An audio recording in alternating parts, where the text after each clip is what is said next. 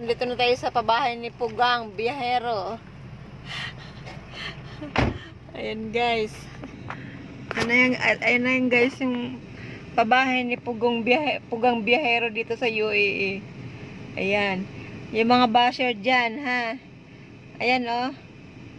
Pinapagawa ni Pugang Biyahero dito sa UAE.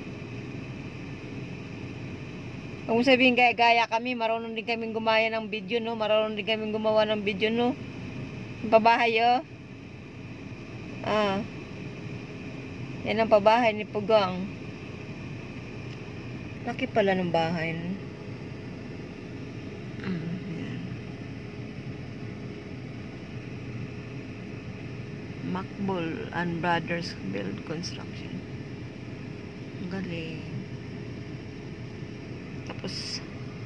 Tapos ang tapat niyan, bundok, ayan na.